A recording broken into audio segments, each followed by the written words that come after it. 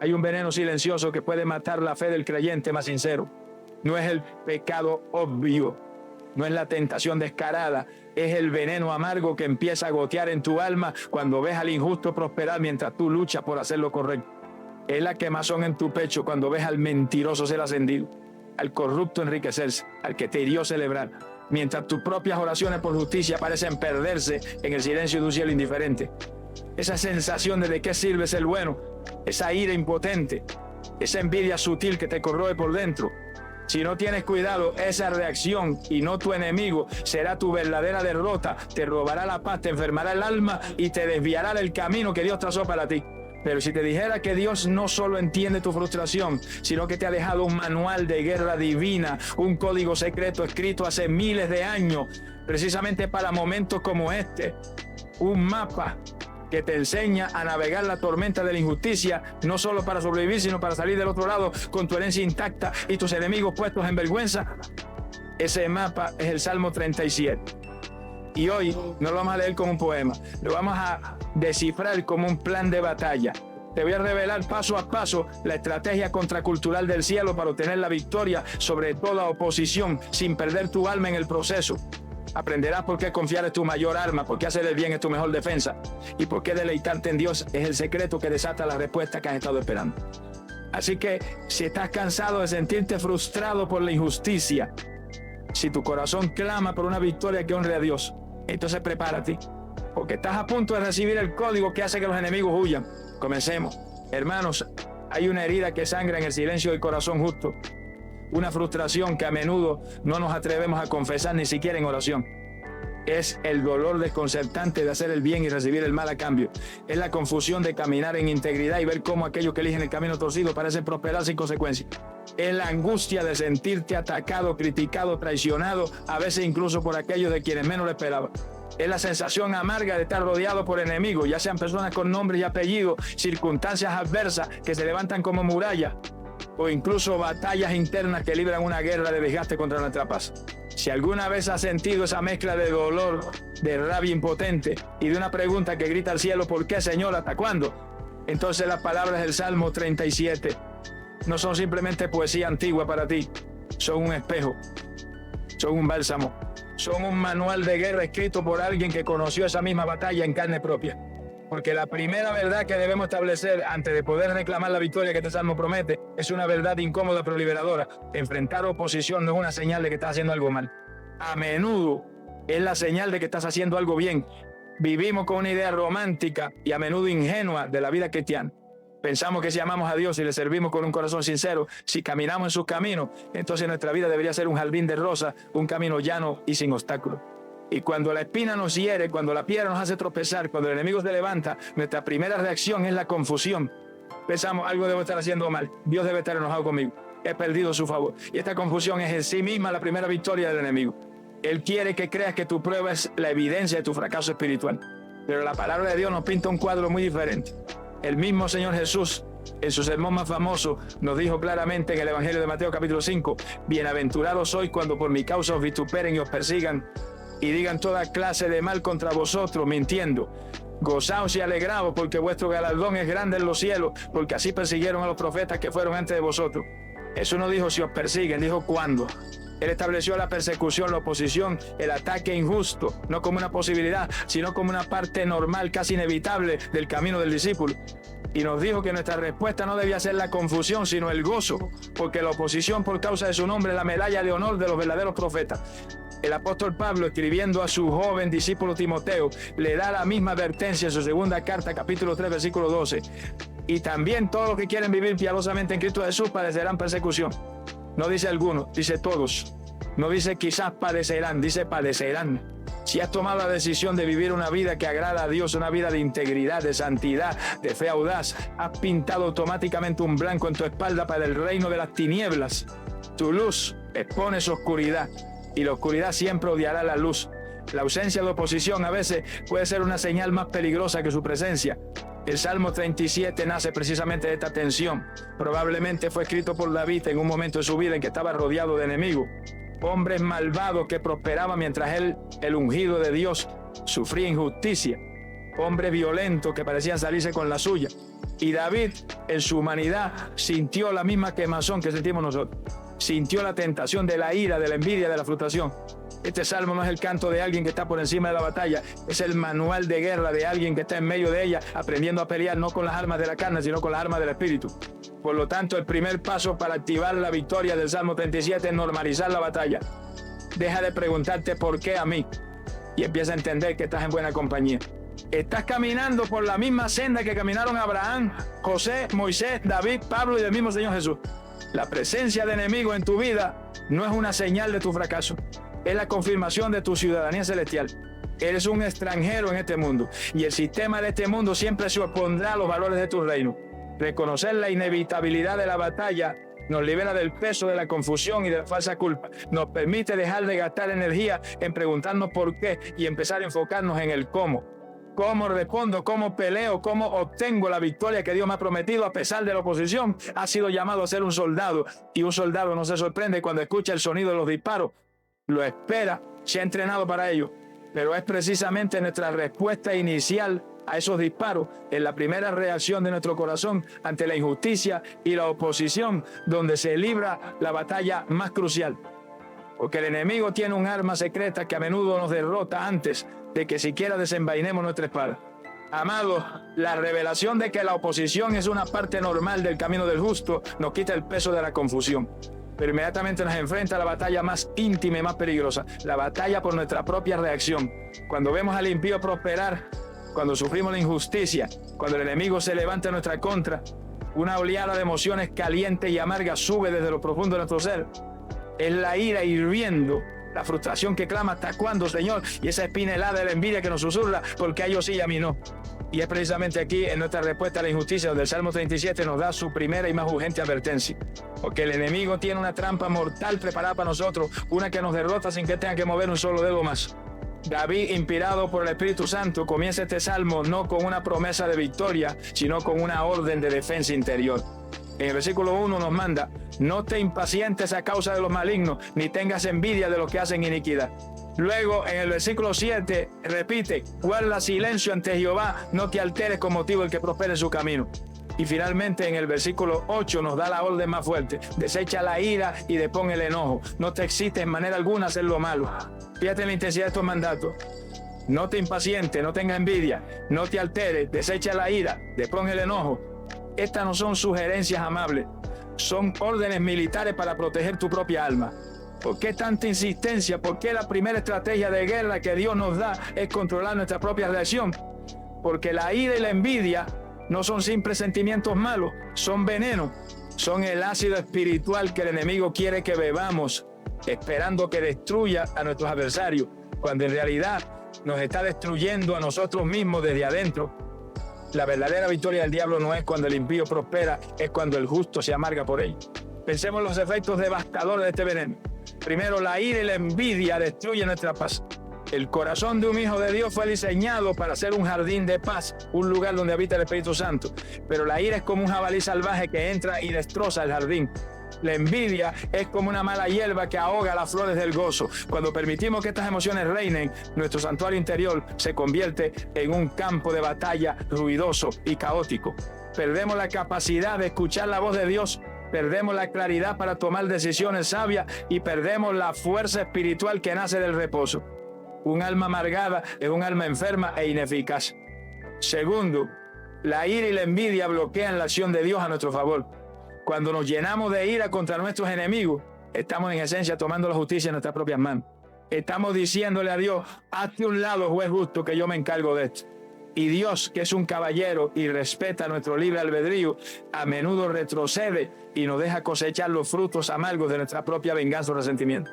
La Biblia nos dice en Romanos capítulo 12: no os venguéis vosotros mismos, amados míos, sino dejad lugar a la ira de Dios, porque escrito está: mía es la venganza, yo pagaré, dice el Señor. Nuestra ira usurpa el lugar de la ira justa de Dios y detiene su mano de vindicación. Tercero, y esto es lo más aterrador, la ira y la envidia prolongadas nos transforman a imagen de nuestro enemigo. El versículo 8 del Salmo 37 termina con esta advertencia solemne: no te excites en manera alguna a hacer lo malo. La palabra hebrea aquí significa que la ira y el enojo, si no se desechan, tienden hacia la maldad. Comienzan como un sentimiento, pero si los alimentamos, se convierten en acciones. empezamos a hablar mal del que nos hirió, empezamos a desearle el mal, empezamos a tomar atajos deshonestos porque sentimos que no lo merecemos después de tanta injusticia. Poco a poco, sin darnos cuenta, nos hemos convertido en aquello que tanto odiábamos. La amargura nos ha hecho amargos, el veneno nos ha envenenado y finalmente la ira y la envidia nos distraen de nuestro verdadero propósito. El enemigo te quiere obsesionado con lo que tus enemigos están haciendo. Quiere que pases tus días comparando tu vida con la de ellos. Quiere que tu energía se consuma en planear cómo defenderte o cómo vengarte. ¿Por qué? Porque mientras estás enfocado en ellos, no estás enfocado en Dios. Mientras estás mirando a los lados con envidia, no estás mirando hacia adelante, hacia el camino que Dios ha trazado para ti. La ira y la envidia son las distracciones perfectas para robarte el tiempo, la energía y la pasión que deberías estar invirtiendo en hacer el bien y en deleitarte en Jehová, que son los pasos que realmente te llevarán a la victoria. Esta es la trampa mortal. El enemigo te provoca desde afuera, esperando que tú reacciones desde adentro. Y tu reacción de ira y de envidia es la verdadera flecha que te hiere, mucho más que la ofensa original. Por eso la primera orden del Salmo es un acto de autopreservación espiritual. No te impacientes, es decir, me niego a beber este veneno. No tengas envidia, es decir, me niego a caer en esta trampa. Es una decisión consciente de proteger tu propio corazón por encima de todo. Hemos entendido la trampa, hemos recibido la orden de no caer en ella, pero una orden sin el poder para cumplirla solo produce frustración. ¿Cómo logramos no sentir ira cuando nos provocan? ¿Cómo logramos no sentir envidia cuando vemos la prosperidad injusta? No es con nuestra fuerza de voluntad, es aplicando el primer y más grande pilar de la victoria que este salmo nos revela. Amados, la advertencia contra la ira y la envidia es el primer muro de contención que Dios levanta para proteger nuestra alma en medio de la injusticia. Pero un muro defensivo no gana una guerra. Ahora, el Espíritu Santo nos revela el primer y más fundamental pilar sobre el cual construiremos nuestra victoria. Es la acción positiva que reemplaza la reacción negativa. Es el antídoto divino contra el veneno de la amargura. Es la orden que abre la puerta a la intervención sobrenatural de Dios. Y se encuentra en la primera cláusula del versículo 3 de nuestro Salmo 37, confía en Jehová. Esta frase tan sencilla y tan conocida esconde en su interior un universo de poder. Confiar en Dios no es un simple sentimiento de optimismo. No es cruzar los dedos y esperar que las cosas salgan bien. No es resignarse pasivamente a la maldad. La confianza bíblica, la que este salmo nos exige, es un acto de guerra radical. Es una decisión consciente y deliberada de quitar nuestra mirada de la fuerza de nuestros enemigos y de la injusticia de nuestras circunstancias y ponerla por completo en el carácter inmutable y en el poder soberano de nuestro Dios. Es una transferencia legal de la batalla. Cuando confiamos en Jehová de la manera que este salmo nos pide, estamos haciendo varias declaraciones poderosas en el mundo espiritual. Primero, estamos declarando que Dios es más grande que nuestro problema. Estamos reconociendo que aunque el enemigo parezca un gigante, nuestro Dios es el creador del universo y ante él todo gigante es un enano. Esta perspectiva es la que empieza a encoger el miedo en nuestro corazón. Segundo, estamos declarando que Dios es más justo que la injusticia que estamos sufriendo. Estamos renunciando a nuestro deseo de venganza, a nuestra necesidad de arreglar las cuentas nosotros mismos y estamos entregando el caso al juez supremo del universo. Es como contratar al mejor abogado, aquel que nunca ha perdido un caso, y decirle: toma tú mi causa, confío en tu justicia perfecta. Este acto nos libera del peso agotador de cargar con la ofensa. Tercero, estamos declarando que Dios es más sabio que nosotros. Estamos admitiendo que no entendemos por qué Él permite ciertas cosas, por qué su respuesta parece tardar, pero elegimos confiar en que sus caminos, aunque misteriosos, son siempre perfectos. Es soltar el mapa arrugado de nuestra propia lógica y tomar la mano del guía que conoce el camino completo, incluso a través del valle más oscuro. Y cuarto, estamos declarando que Dios es más fiel que nuestros sentimientos fluctuantes. La confianza no se basa en si sentimos la presencia de Dios o no, se basa en la verdad inmutable de su carácter. Él ha prometido nunca dejarnos ni desampararnos. Él ha prometido que obrará para nuestro bien.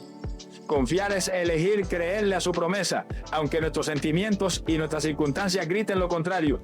Es anclar nuestra alma en la roca de su fidelidad. La palabra hebrea para confiar usada aquí es batach, y no significa una confianza superficial. Batach implica apoyarse completamente sobre algo o alguien, como quien se recuesta sin reserva sobre un muro sólido, sabiendo que no se caerá. Es depender totalmente, es sentirse seguro, es refugiarse. Cuando el Salmo nos ordena confía en Jehová, nos está llamando a recostar todo el peso de nuestra vida, de nuestras ansiedades y de nuestras batallas sobre Él, con la certeza absoluta de que Él es lo suficientemente fuerte para sostenernos. Este acto de confianza radical es el que verdaderamente desata la victoria. ¿Por qué? Porque en el momento en que dejamos de confiar en nuestra propia fuerza y ponemos nuestra confianza total en Dios, le damos a Él el permiso legal para intervenir. Mientras intentamos pelear la batalla nosotros mismos, Él, en su respeto por nuestro libre albedrío, a menudo se queda como un espectador. Pero cuando nos rendimos, cuando decimos, Señor, ya no confío en mi espada, confío en la tuya, Él se levanta de su trono como el guerrero poderoso que es y empieza a pelear por nosotros. Tu confianza es la invitación que Él estaba esperando. Esta confianza también es el antídoto directo contra la ira y la envidia. Es imposible permanecer enojado por injusticia si has entregado genuinamente el caso al juez justo. Es imposible seguir envidiando la prosperidad del impío si has puesto tu confianza en el pastor que te promete que a ti nada te faltará. La confianza apaga el fuego de esas emociones destructivas y llena nuestro corazón con la paz sobrenatural que viene de saber que nuestro Padre está en control. El mismo Salmo 37 en el versículo 5 nos da otra imagen de esta confianza. Encomienda a Jehová tu camino y confía en Él y Él hará. Encomendar es entregar algo precioso al cuidado de otro. Es un acto de confianza total. Y la promesa es segura. Si tú haces tu parte de encomendar y confiar, Él hará su parte. Él hará. Él actuará. Él traerá la solución, la vindicación, la victoria.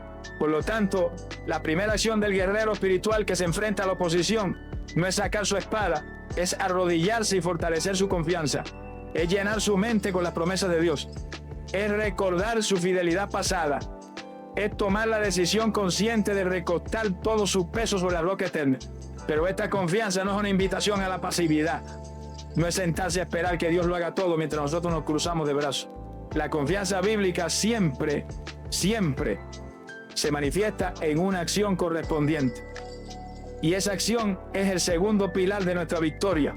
Amado, la confianza radical en Jehová es el fundamento inamovible que nos sostiene cuando la tierra bajo nuestros pies tiembla por la injusticia. Es el ancla que impide que nuestra alma sea arrastrada por las olas de la ira y la envidia. Pero un ancla, por muy firme que sea, no es suficiente para llegar a puerto. Un barco necesita también velas que capturen el viento y un timón que lo dirija. Y es aquí donde el Salmo 37 nos revela el segundo pilar de la victoria, la acción que debe acompañar a nuestra confianza. Justo después de decir no confía en Jehová, el versículo 3 añade la segunda parte de la orden y hace el bien. Esta pequeña frase es la manifestación externa de nuestra confianza interna. Es la prueba de que nuestra fe no es una simple idea, sino una fuerza que transforma nuestras acciones. Nuestra tendencia humana, cuando somos atacados injustamente, cuando vemos al malvado prosperar mientras nosotros sufrimos, es detenernos. Nos paralizamos en la queja, en la autocompasión o en la planificación de nuestra defensa. O peor aún, nos sentimos tentados a responder con las mismas armas del enemigo, a devolver mal por mal, tomar atajos deshonestos porque no es justo, a dejar de hacer el bien porque sentimos que no vale la pena. Pero la estrategia del cielo es radicalmente opuesta. Dios nos dice, mientras confías en mi justicia invisible, tú sigues caminando en mi justicia visible. No permitas que la maldad de otros detenga la bondad que yo he puesto en ti. Hacer el bien en este contexto no es un llamado a hacer grandes obras de caridad para ganar puntos con Dios. Es algo mucho más profundo y desafiante. Es el mandato de perseverar en la obediencia a los principios del reino, precisamente cuando las circunstancias y nuestras emociones nos gritan que hagamos lo contrario. Es seguir siendo un empleado honesto, aunque tu jefe sea corrupto. Es seguir amando y sirviendo a tu cónyuge, aunque él o ella te esté hiriendo. Es seguir sembrando tu ofrenda con fe, aunque tus finanzas estén apretadas. Es seguir hablando con amabilidad, aunque te provoquen con insulto. Es mantener tu integridad cuando todo a tu alrededor te invita a comprometer. Este acto de hacer el bien en medio de la oposición es un acto de guerra espiritual de un poder inmenso. Primero, es la demostración más contundente de tu fe. Es decirle a Dios, Padre, confío tanto en ti que no necesito recurrir a las armas del mundo para defenderme o para prosperar. Elijo tu camino, aunque parezcan más lentos, más difíciles, porque sé que solo ellos llevan a la verdadera bendición. Tu obediencia en la prueba es la firma que valida tu oración de confianza. Segundo, es el arma que desarma por completo la estrategia del enemigo. El objetivo del diablo al atacarte no es solo hacerte sufrir, es hacerte pecar. Quiere que la injusticia te vuelva amargado.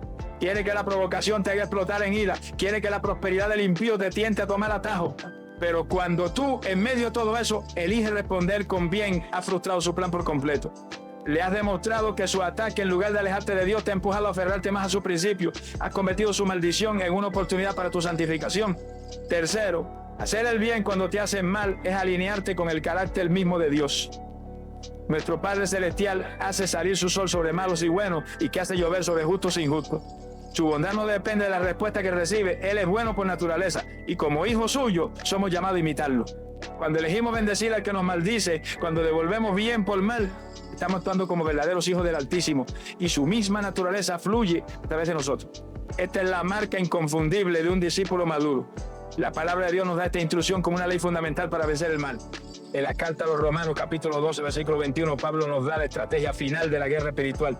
No seas vencido de lo malo, sino vence con el bien el mal. ¡Qué revelación tan poderosa! La forma de vencer el mal no es peleando contra él con sus mismas armas de oscuridad, es inundándolo con el bien. La luz no lucha contra las tinieblas, simplemente brilla. Y las tinieblas tienen que retroceder. Tu acto persistente de hacer el bien es la luz que disipa la oscuridad de la injusticia a tu alrededor. Pensemos en el ejemplo supremo, nuestro Señor Jesús. Fue traicionado, negado, escupido, azotado, crucificado injustamente. ¿Y cuál fue su respuesta desde la cruz? No fue una maldición, fue una oración de perdón. Padre, perdónalo porque no saben lo que hacen. Él venció el odio más grande de la historia, no con poder, sino con amor sacrificial. Él nos mostró el camino. Por lo tanto, la victoria que promete el Salmo 37 no es para el que se sienta pasivamente a esperar que Dios destruya a sus enemigos. Es para el que, mientras confía radicalmente en la intervención de Dios, se mantiene activamente ocupado en hacer el bien. Tu confianza te da la paz para no reaccionar en la carne y tu acción de hacer el bien es la que prepara el terreno para la cosecha de la bendición de Dios. Son los dos remos de la misma barca. Necesitas ambos para avanzar. Así que, hermano, hermana, no te detengas. No permitas que la maldad de otros apague la bondad que Dios ha sembrado en ti. Sigue siendo fiel en tu trabajo. Sigue amando a tu familia. Sigue sirviendo en tu iglesia. Sigue sembrando generosidad. Tu perseverancia en hacer el bien es tu acto de guerra más poderoso. Y esta combinación gloriosa de una confianza interna radical y una acción externa correcta nos prepara para el tercer pilar. Uno que eleva nuestra experiencia de una simple estrategia de supervivencia a una fuente de gozo sobrenatural, incluso en medio de la batalla. Amados, qué fundamento tan sólido hemos construido. Hemos aprendido a anclar nuestra alma en la confianza radical en Dios y a mantener nuestros pies firmes en el camino de hacer el bien, incluso en medio de la tormenta. Estas dos acciones nos dan estabilidad y nos protegen de la caída. Pero nuestro Padre bueno no quiere que simplemente sobrevivamos a la batalla. Él quiere que la disfrutemos. Quiere que nuestra experiencia no sea solo de resistencia, sino de gozo sobrenatural. Y es aquí donde el Salmo 37 nos revela su secreto más íntimo, el tercer pilar que eleva nuestra experiencia de una simple estrategia de guerra a una relación de amor apasionado. En el versículo 4, David nos da esta orden que es a la vez una invitación al paraíso. Deleítate a sí mismo en Jehová. La palabra deleitarse es una de las más hermosas y menos entendidas de todo el vocabulario espiritual. A menudo la confundimos con una simple alegría superficial o con el placer que obtenemos de las bendiciones de Dios. Pero el deleite del que habla este salmo es mucho más profundo. La palabra hebrea original es anag y significa volverse suave, flexible, encontrar un placer exquisito, un gozo lujoso, implica una satisfacción total y absoluta. Y David nos dice que la fuente de ese deleite supremo no debe ser la respuesta a nuestra oración, ni la derrota de nuestros enemigos, ni la prosperidad de nuestras circunstancias. La fuente debe ser Jehová mismo. Este es un llamado a un cambio radical de enfoque. Hemos aprendido a quitar los ojos de nuestros enemigos para ponerlos en Dios. Hemos aprendido a enfocar nuestras acciones en hacer el bien. Pero ahora se nos pide algo aún más profundo, que enfoquemos nuestro corazón, nuestro centro de placer y satisfacción exclusivamente en Él. Es dejar de buscar el gozo en las cosas que Dios nos da para encontrarlo en el Dios que nos da las cosas. Es enamorarnos del dador por encima de sus dádivas. ¿Por qué es este deleite un pilar tan poderoso para la victoria? Primero, porque es el antídoto supremo contra la envidia y la impaciencia. Si tu mayor placer, tu satisfacción más profunda, se encuentra en la persona de Dios, en su belleza, en su amor, en su sabiduría, entonces la prosperidad aparente del impío pierde por completo su poder para perturbarte. Es como estar comiendo el manjar más exquisito del mundo. No sientes envidia del que está comiendo pan duro a tu lado. Cuando Dios es tu tesoro, las baratijas del mundo pierden su brillo. Ya no te impacientas por la respuesta, porque tu gozo no está en la respuesta, está en la comunión con aquel que te va a responder. Segundo, deleitarse en el Señor es el acto de fe más elevado. Es la declaración más radical de que Él es suficiente. Es decirle al cielo, a la tierra y al infierno, aunque la higuera no florezca ni en las vides haya fruto. Con todo, yo me alegraré en Jehová y me gozaré en el Dios de mi salvación. Habacuc capítulo 3. Es una fe que no depende de las circunstancias para celebrar. Es un gozo que nace de la revelación de quién es Él, no de lo que Él hace por nosotros. Y esa clase de fe es la que mueve montaña. Tercero, deleitarse en Él cambia nuestra atmósfera interior. La confianza nos da paz. Hacer el bien nos da propósito, pero el deleite nos da gozo. Y el gozo del Señor es nuestra fortaleza. Cuando nuestro corazón está deleitándose en Dios, estamos llenando nuestra atmósfera interior con la música misma del cielo. Y en esa atmósfera de oración gozosa, los espíritus de amargura, de queja y de depresión no pueden sobrevivir. El deleite es el oxígeno del cielo que asfixia a los demonios del infierno. ¿Y cómo cultivamos este deleite? No es un sentimiento que podamos fabricar, nace de la contemplación y de la relación. Es pasar tiempo a solas con Él, no con una lista de peticiones, sino con el único deseo de conocerlo más. Es meditar en su carácter, su santidad, su fidelidad, su creatividad asombrosa. Es aprender a ver su belleza en la creación que nos rodea. Es llenar nuestra mente con su palabra, no como un libro de reglas, sino como una carta de amor. Es cultivar la gratitud, no solo por sus bendiciones, sino por el privilegio de ser llamados sus hijos. El deleite es el fruto natural de un corazón que ha elegido hacer de Dios su búsqueda principal. Y es aquí donde llegamos a la segunda parte de la promesa, la que ha sido a menudo malinterpretada como una fórmula mágica. Después de decirnos, deleítate a sí mismo en Jehová, el versículo añade, y Él te concederá las peticiones de tu corazón. ¿Significa esto que si sentimos gozo en Dios, Él automáticamente nos dará el carro nuevo o la casa de nuestros sueños? No, el secreto es mucho más profundo. Cuando tú verdaderamente te deleitas en Jehová, cuando Él se convierte en el centro de tus afectos y de tu satisfacción, sucede un milagro en tu propio corazón, tus deseos comienzan a cambiar. Deja de anhelar las cosas superficiales del mundo y empieza a anhelar las cosas que Él anhela. Su presencia, su santidad, la extensión de su reino, el bienestar de los demás. Tu corazón se alinea con el suyo. Y entonces las peticiones de tu corazón ya no son tus caprichos egoístas, son los mismos deseos que el Espíritu Santo ha plantado en ti. Son los deseos de Dios naciendo en tu propio corazón. Y esas peticiones, las que nacen de un corazón que se deleita en Él y que se ha alineado con su voluntad, esas son las peticiones que Él se deleita en conceder. No porque lo estemos manipulando, sino porque estamos pidiendo exactamente lo que ella quería darnos. El deleite no es la llave para obtener nuestros deseos. Es el proceso por el cual Dios transforma nuestros deseos para que coincidan con los suyos. ¡Qué seguridad tan inmensa! Ya no tenemos que preocuparnos por si estamos pidiendo bien o mal. Nuestro único trabajo es enfocarnos en amar y disfrutar a nuestro Dios. Y mientras lo hacemos, Él mismo se encarga de poner en nuestro corazón los sueños correctos, las peticiones correctas. Y esas peticiones, nacidas de la intimidad y alineadas con su propósito, llevan consigo la garantía absoluta de su cumplimiento. Esta revelación del deleite como la fuente de nuestros deseos más puros nos prepara para entender la naturaleza de la promesa que sigue, la promesa de que Él concederá esas peticiones. Amado, la invitación a deleitarnos en Jehová es el llamado a encontrar nuestra máxima satisfacción, no en las circunstancias ni en las bendiciones, sino en la persona misma de nuestro Dios. Y hemos descubierto que cuando respondemos a ese llamado, cuando Él se convierte en el tesoro supremo de nuestro corazón, ocurre un milagro interior. Nuestros propios deseos comienzan a ser purificados, transformados y alineados con lo suyo. Pero el versículo 4 del Salmo 37 no termina ahí. Después de darnos la clave del deleite, nos entrega la promesa central, la consecuencia gloriosa de un corazón que ha encontrado su hogar en Dios. Él declara, y Él te concederá las peticiones de tu corazón. Esta es sin duda una de las promesas más deseadas y a la vez más peligrosamente malinterpretadas de toda la Escritura. A primera vista parece una fórmula mágica, un cheque en blanco. Si te sientes feliz en Dios, Él te dará cualquier cosa que tu corazón desee. Y esta interpretación superficial ha sido la base de muchas enseñanzas erróneas que presentan a Dios como un genio cósmico obligado a cumplir nuestros caprichos si logramos generar la emoción correcta. Pero hoy vamos a desenterrar el verdadero significado de esta promesa, un significado que es infinitamente más profundo, más seguro y más glorioso que cualquier fórmula mágica. La clave para entender esta promesa reside en la conexión inseparable con la primera parte del versículo. El orden no es accidental. Primero viene el deleite y luego viene la concesión de la petición. El deleite no es un truco para obtener lo que queremos. Es la condición que transforma lo que queremos.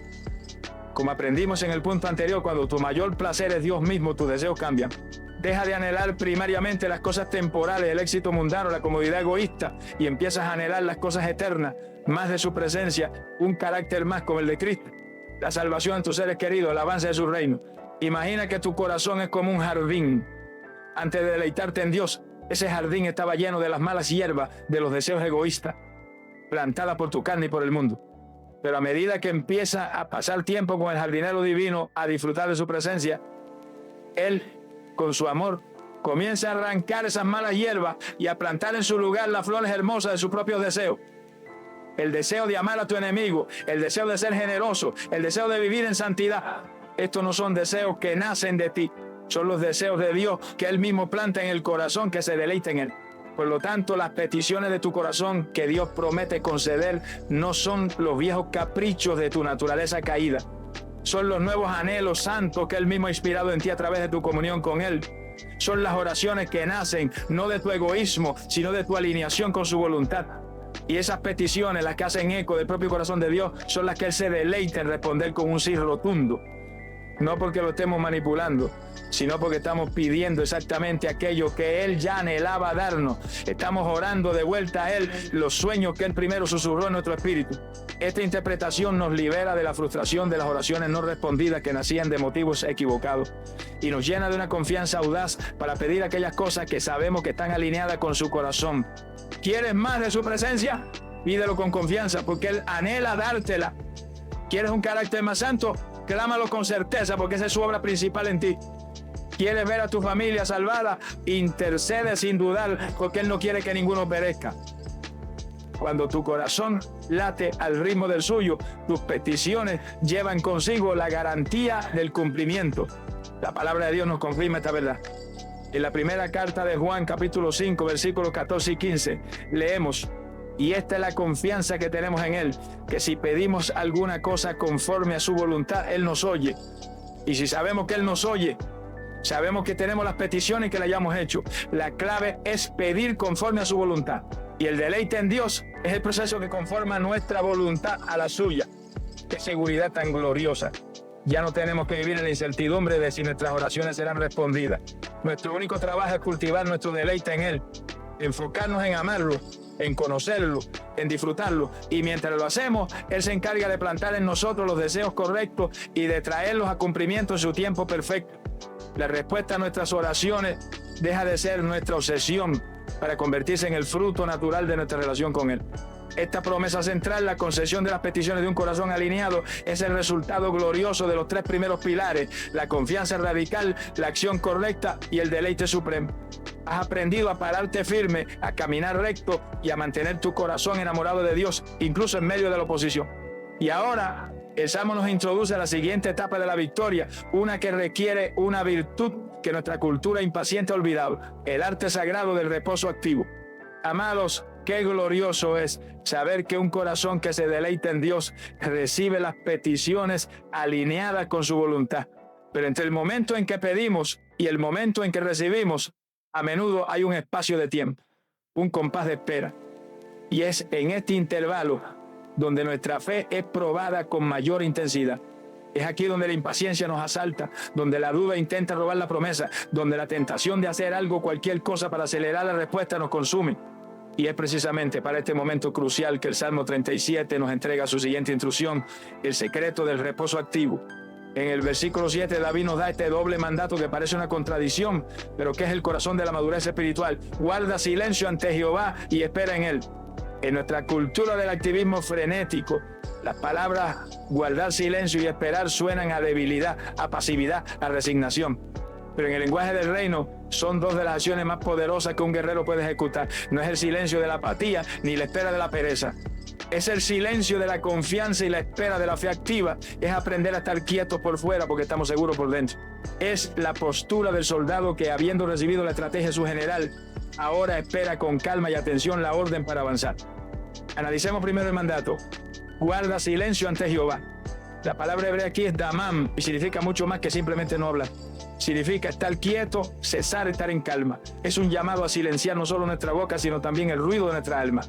Es el acto de acallar la voz de la queja que pregunta, ¿hasta cuándo, Señor? Es silenciar la voz de la ansiedad que repasa 1000 escenarios catastróficos. Es silenciar la voz del orgullo que quiere tomar el control y arreglar las cosas a nuestra manera. Guardar silencio es decirle a nuestra propia alma agitada, cállate, el rey está en su trono, confía. Es un acto de sumisión a su soberanía. Este silencio no es vacío, está lleno de atención. Es el silencio del estudiante que escucha atentamente a su maestro. Es el silencio del siervo que espera la instrucción de su Señor. En este silencio dejamos de bombardear a Dios con nuestras propias ideas y creamos el espacio para que Él nos hable, para que nos dé su perspectiva, para que nos revele su estrategia. A menudo no escuchamos a Dios no porque Él no hable, sino porque nosotros nunca nos callamos lo suficiente para oír su susurro. El silencio es el lenguaje de la fe que dice, Señor, confío tanto en tu sabiduría que prefiero escuchar antes que hablar. Y este silencio interior nos lleva naturalmente al segundo mandato. Espera en Él. La palabra hebrea para esperar aquí es chul y es una palabra llena de fuerza. No significa sentarse pasivamente a ver pasar el tiempo. Chul implica esperar con expectación, como una mujer embarazada espera el nacimiento de su hijo. Implica soportar con paciencia, como un soldado espera el amanecer después de una larga noche de guardia. E implica confiar activamente, como un agricultor espera la lluvia después de haber sembrado la semilla. Esperar en Dios no es inactividad, es una dependencia activa. Esperar en Él significa resistir la tentación de tomar el asunto en nuestras propias manos. Cuando la respuesta tarda, nuestra carne nos grita, haz algo, llama a esa persona, manipula la situación, tome ese atajo. Pero el espíritu que espera en Dios responde, no, mi confianza no está en mi astucia, está en su fidelidad. Esperaré su tiempo perfecto y su manera perfecta. Es la fe que se niega a comer el fruto hasta que esté maduro. Este reposo activo es el resultado natural de los pilares que ya hemos construido. Porque hemos confiado en Jehová, podemos guardar silencio sin pánico. Porque estamos ocupados en hacer el bien, nuestra espera no es ociosa. Y porque nos estamos deleitando en Él, nuestra espera no es amarga, sino dulce. La espera se convierte en una oportunidad para profundizar nuestra intimidad con Él, para conocerlo no solo como el Dios que responde, sino como el Dios que nos acompaña fielmente en la espera. El mismo versículo 7 del Salmo 37 nos da la advertencia, no te alteres con motivo de que prospere en su camino. La palabra alterarse es lo opuesto a guardar silencio y esperar. Es permitir que la impaciencia y la frustración nos saquen de nuestro lugar de reposo. Y el versículo 8 nos dice, el peligro de alterarnos no necesita en manera alguna hacer lo malo. La impaciencia es la madre de muchas malas decisiones. Es la que nos lleva a tomar atajos pecaminosos, hablar palabras de las que luego nos arrepentimos, a romper relaciones por la frustración. Esperar en Dios es un acto de guerra contra nuestra propia carne impulsiva. La palabra de Dios nos da la promesa para los que aprenden a esperar así. En Isaías capítulo 40, versículo 31 leemos, pero los que esperan a Jehová tendrán nuevas fuerzas, levantarán alas como las águilas, correrán y no se cansarán, caminarán y no se fatigarán. La fuerza sobrenatural no es para los que corren en su propia energía, es para los que han aprendido el arte sagrado de esperar en Él. La espera no nos debilita, nos renueva. Por lo tanto, cuando te encuentres en ese compás de espera, no lo veas como un tiempo perdido. Velo como un tiempo de entrenamiento intensivo. Practica el silencio interior. Resiste la tentación de la impaciencia. Sigue haciendo el bien. Sigue deleitándote en tu Dios y espera con expectación, porque tu espera no es en vano. Es la preparación final para recibir la herencia que Dios ha prometido a los que confíen y no desmayen. Amados, el arte sagrado de guardar silencio y esperar en Jehová es la disciplina que nos mantiene en paz, mientras Dios prepara su respuesta. Pero nuestra fe no es una espera vacía y sin destino. Está anclada en una promesa concreta, en una herencia garantizada. Y a lo largo de todo el Salmo 37, como un hilo de oro que une cada perla de sabiduría, David repite una y otra vez la recompensa final para aquellos que eligen el camino de la confianza y la obediencia. Esa recompensa se resume en una frase poderosa: heredarán la tierra. Esta no es una simple promesa de bienes raíces, es la metáfora bíblica de la victoria total, de la paz establecida y de la bendición manifiesta de Dios en nuestra vida. En un mundo donde vemos a los malignos prosperar, donde los que hacen iniquidad parecen tener éxito, donde los violentos parecen conquistar y poseer, nuestro corazón justo se duele y se pregunta, ¿vale la pena ser fiel? ¿Vale la pena esperar en Dios? Y la respuesta resonante de este salmo es un sí absoluto, porque la prosperidad del impío es como la hierba verde, florece por un momento, pero pronto se seca y desaparece. Pero la herencia del justo no es temporal, es eterna. No se basa en la arena movediza de la astucia humana, sino en la roca inamovible de la promesa de Dios. David repite esta promesa con una insistencia divina. En el versículo 9 nos asegura: los que esperan en Jehová, ellos heredarán la tierra. En el versículo 11 nos da más detalles: pero los mansos heredarán la tierra y se recrearán con abundancia de paz. En el versículo 22 contrasta los destinos, porque los benditos de él heredarán la tierra y los malditos de él serán destruidos. En el versículo 29 reafirma: los justos heredarán la tierra y vivirán para siempre sobre ella. Y finalmente, el versículo 34 nos da la conexión final entre la espera y la posesión. Espera en Jehová y guarda su camino, y él te exaltará para heredar la tierra. ¿Qué significa esta tierra que se nos promete heredar? En el contexto original para Israel ciertamente incluía la promesa de la tierra prometida, un lugar físico de descanso y provisión. Pero su significado espiritual es mucho más profundo y universal. Heredar la tierra es entrar en la plenitud de la bendición que Dios ha diseñado para nosotros. Es experimentar su paz establecida en nuestro corazón y en nuestro hogar. Una paz que ya no es perturbada por la ansiedad ni por el temor a nuestros enemigos. Es caminar en su provisión segura, sabiendo que Él suplirá todas nuestras necesidades y que no tenemos que vivir bajo el yugo de la escasez, que es disfrutar de su favor manifiesto, viendo cómo su mano abre puertas, nos da gracia ante los hombres y nos usa para su gloria. Heredar la tierra es, en esencia, vivir en la realidad tangible del reino de Dios aquí y ahora. Esta herencia no es algo que conquistamos con nuestra propia fuerza. Fíjate a quién se le promete: a los que esperan en Jehová, a los mansos, a los benditos de él, a los justos. No es para los agresivos, ni para los astutos, ni para los que confían en sí mismos. Es un regalo de gracia para aquellos que han elegido el camino contracultural de la humildad, la dependencia y la fidelidad a Dios, incluso cuando parece no tener sentido. Es la vindicación final de Dios para aquellos que le han honrado en medio de la prueba. La promesa de heredar la tierra es el antídoto divino contra la envidia. Cuando entendemos que Dios tiene preparada para nosotros una herencia sólida, eterna y llena de paz, la prosperidad temporal y superficial del impío pierde todo su atractivo. Ya no codiciamos su hierba verde que pronto se secará, porque sabemos que nuestra porción es una tierra que permanecerá para siempre. Esta perspectiva nos libera para poder mirar la aparente injusticia del mundo sin que nos robe el gozo ni nos desvíe del camino. El Señor Jesús mismo tomó esta promesa del Salmo 37 y la elevó a una de sus bienaventuranzas. En el Sermón del Monte, Mateo capítulo 5, versículo 5, Él declaró: bienaventurados los mansos, porque ellos recibirán la tierra por heredad. Jesús confirma que la mansedumbre, esa fortaleza humilde que se niega a la venganza y elige confiar en Dios, es la llave que abre la puerta a nuestra herencia prometida. Esta promesa nos da la fuerza para perseverar en la espera. Sabemos que nuestro silencio, nuestra confianza y nuestra perseverancia en hacer el bien no son en vano. Son la siembra que garantiza la cosecha de nuestra herencia. No sabemos cuándo llegará el día de la posesión plena, pero sabemos con certeza que llegará, porque Dios mismo lo ha jurado. Y su palabra es más firme que los cielos y la tierra.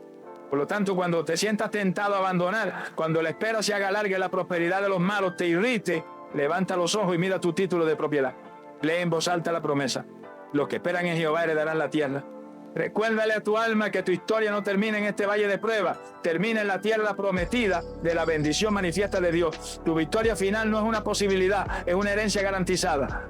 Y ahora que hemos recorrido todo el Salmo, que hemos aprendido a desarmar la trampa de la ira, a construir los pilares de la confianza, la obediencia, el deleite, a abrazar el reposo activo de la espera y a anclarnos en la promesa de nuestra herencia final, estamos listos.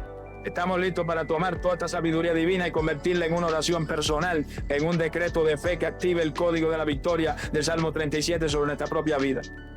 Amados, hemos desenterrado el tesoro escondido en el corazón del Salmo 37.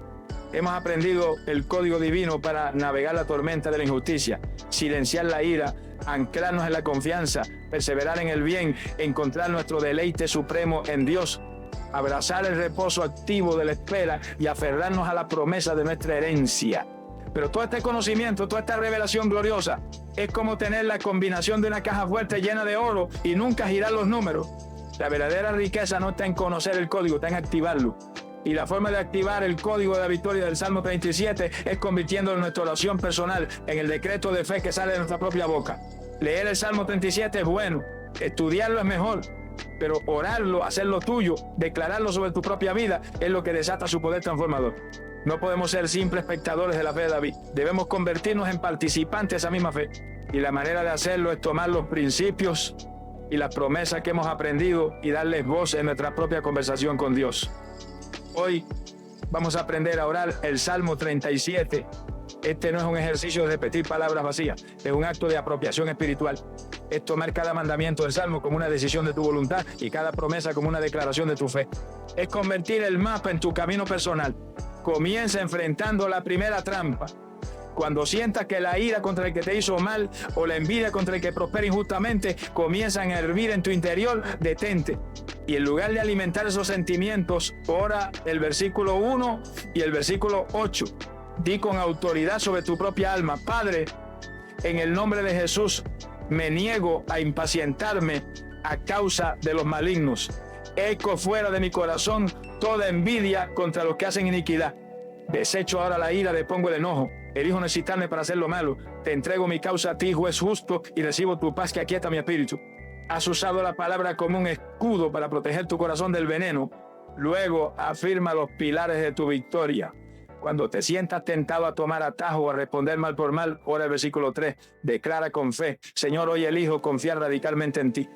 Recuesto todo mi peso sobre tu fidelidad y me comprometo a hacer el bien, a perseverar en la obediencia a tus principios, sin importar lo que vea a mi alrededor. Ayúdame a ser fiel, Padre.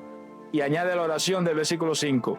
Encomiendo a ti mi camino, te entrego esta situación, nombra tu situación. Confío en ti y sé que tú actuarás a mi favor. Has activado los motores de la confianza y la obediencia. Cuando tu corazón se sienta vacío, distraído por los problemas, ora el versículo 4. Pídele al Espíritu Santo que cumpla su obra en ti. Padre, mi mayor deseo es deleitarme en ti. Arranca de mi corazón todo ídolo, todo anhelo que no te glorifique. Revélate a mí de una manera tan gloriosa que tú te conviertes en mi único y supremo deleite. Alinea las peticiones de mi corazón con las tuyas y confío en tu promesa de concedérmela. Has reorientado tu brújula interior hacia el verdadero norte. En los momentos de impaciencia, cuando sientas la tentación de ayudar a Dios o de correr delante de Él, por el versículo 7. Ordena tu propia alma. Alma mía, guarda silencio ante Jehová. Aquíétate, cesa tu lucha y espera en Él. Espera con paciencia su tiempo perfecto. Me niego a alterarme por lo que veo. Mi confianza está puesta en el Dios que nunca llega tarde. Has entrado en el reposo activo de la fe. Y finalmente, cuando el enemigo te susurre que tú esperes en vano, que los malos triunfarán, levanta tu voz y declara la promesa final. Ora los versículos 9, 11 y 34. Señor, yo creo tu palabra. Declaro por fe que lo que esperamos en ti, heredaremos la tierra. Declaro que aunque ahora llore, seré yo quien se recreará con abundancia de paz. Declaro que tú me exaltarás para heredar la tierra y veré la retribución de los impíos. Mi herencia está segura en tus manos. Has sellado tu victoria con la certeza de la promesa. Esta es la oración del Salmo 37. No es una oración que haces una vez y te olvida. Es un código de vida. Es un conjunto de declaraciones y decisiones que debes activar cada vez que la oposición se levante. Es tu manual de guerra personal. Te animo a que tomes este salmo, lo subrayes, lo medites y lo conviertas en el lenguaje de tu espíritu en tiempo de prueba. ¿Y por qué esta oración hace que los enemigos huyan? Porque no estás peleando tú. Estás activando los principios legales del reino de Dios. Al confiar, le das permiso a Dios para pelear por ti. Al hacer el bien, desarmas la estrategia del enemigo. Al deleitarte en Dios, cambias tu enfoque y llenas tu corazón de una fe invencible. Al esperar en Él, te alineas con su tiempo perfecto. Y al declarar tu herencia, le recuerda al infierno que su aparente victoria es temporal, pero la tuya es eterna. Es una estrategia perfecta. Es el código que Dios mismo diseñó para darnos la victoria. Y ahora que hemos descifrado este código, que hemos aprendido a usarlo como nuestra oración personal, nuestro corazón está listo. Estamos listos para unir todas estas verdades, todas estas promesas en una conversación final con nuestro Padre. Una oración que selle esta enseñanza en nuestro espíritu y nos comisione para vivir como los herederos victoriosos que somos. Te invito a que con un corazón firme y confiado hagas tuya esta poderosa oración. Padre celestial, Jehová de los ejércitos, mi roca, mi castillo y mi libertador. Vengo ante tu presencia reconociendo la batalla que ruge a mi alrededor. Veo la aparente prosperidad de los que hacen maldad, siento la picadura de la injusticia y mi alma es tentada a impacientarse, a airarse y a envidiar. Pero hoy tomo una decisión. Me niego a beber el veneno de la amargura. En el nombre de Jesús, desecho la ira, depongo el enojo. Elijo no contaminar mi corazón con la reacción de la carne. Te entrego mi causa a ti, juez justo, y silencio mi alma ante tu soberanía. En lugar de la ira, elijo el primer pilar de la victoria. Confío en ti, Jehová, radicalmente, sin reservas.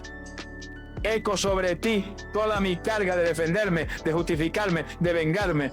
Te entrego esta batalla, ya no es mía, es tuya. Confío en tu poder, que es infinitamente más grande que mis enemigos. Confío en tu justicia, que es perfecta. Confío en tu sabiduría, que es insondable. Confío en tu fidelidad, que nunca falla. Me recuesto por completo sobre ti, mi muro fuerte. Y como prueba de mi confianza, elijo el segundo pilar. Haré el bien. Me comprometo con tu gracia a perseverar en tus caminos, a caminar en integridad, a devolver bien por mal. No permitiré que la oscuridad de otros apague la luz que tú has encendido en mí. Fortaléceme, Señor, para ser fiel en la prueba, para seguir sembrando semillas de bondad, sabiendo que mi obediencia es mi arma de guerra más poderosa. Ahora, Padre, elevo mi corazón al tercer pilar, el más sublime. Te pido que cumplas en mí el anhelo de tu corazón. Quiero deleitarme en ti. Arranca de mi alma todo ídolo, todo placer terrenal que compita por mi afecto. Revélate a mí. Muéstrame tu belleza, tu santidad, tu amor infinito. Que encontrarte a ti sea mi mayor gozo, mi satisfacción suprema. Y confío en tu promesa, que mientras me deleito en ti, tú mismo plantarás en mi corazón los deseos que nacen de tu propia voluntad y los concederás. Y en esta confianza abrazo el cuarto pilar. Guardo silencio ante ti y espero en ti. Renuncio a mi impaciencia. Resisto la tentación de tomar el control. Acepto tu tiempo perfecto aunque no lo entienda. Acepto tus métodos soberanos aunque me desafíen. Mi espera no es pasiva. Es una espera activa, llena de fe, llena de expectación, sabiendo que tú estás obrando en los decretos y que tu respuesta será perfecta. Porque mi fe no está vacía, está anclada en tu promesa final, en mi herencia garantizada. Declaro por fe, yo heredaré la tierra, heredaré tu paz que sobrepasa entendimiento. Heredaré tu provisión que nunca falla. Heredaré tu favor que me rodea como un escudo. La prosperidad del impío es como la hierba que se seca, pero mi herencia está fundada sobre la roca eterna de tu fidelidad. Lo que esperamos en ti, Señor, poseeremos la tierra. Activo ahora este código de victoria sobre mi vida. Esta es mi oración, esta es mi estrategia, esta es mi declaración. Mis enemigos no prevalecerán, porque tú peleas por mí. La injusticia no triunfará, porque tú eres mi juez. Y yo caminaré en paz, en propósito y en tu bendición manifiesta, para que todos vean y conozcan que tú eres Dios y que no hay nadie como tú. Gracias por tu victoria, en el nombre de Jesús. Amén. Amado heredero de la tierra prometida, amado vencedor por la fe, el código ha sido descifrado. El mapa del Salmo 37 ha sido desplegado ante tus ojos. Ya no eres un espectador frustrado de la injusticia, eres un guerrero equipado con la estrategia divina para la victoria. Has aprendido a desarmar el veneno de la ira y la envidia. Has aprendido a construir tu fortaleza sobre los pilares inamovibles de la confianza, la obediencia y el deleite en tu Dios, y has recibido la certeza inquebrantable de tu herencia final. Ahora, ve y vive diferente. No permitas que la aparente prosperidad del impío te robe ni un segundo más de tu paz. No gastes tu energía preciosa en la impaciencia o en la queja. Camina con la cabeza en alto, con tu corazón anclado en la confianza, tus manos ocupadas en hacer el bien, tu alma deleitándose en tu rey y tus ojos fijos en la herencia que él te prometió. Tu victoria no depende de la caída de tus enemigos, depende de tu permanencia en él. Y si has recibido este código de victoria en tu espíritu, si te comprometes a vivir como un heredero y no como un huérfano, te invito a que lo selles con un acto de fe. Primero planta tu estandarte en la tierra prometida. Ve ahora mismo la sección de comentarios y escribe esta declaración que es tu título de propiedad espiritual. Amén. Espero en Jehová y heredo la tierra. Que tu comentario sea tu firme en el pacto, una declaración que le notifica al cielo tu fe y al infierno tu victoria. Segundo, comparte el mapa del tesoro.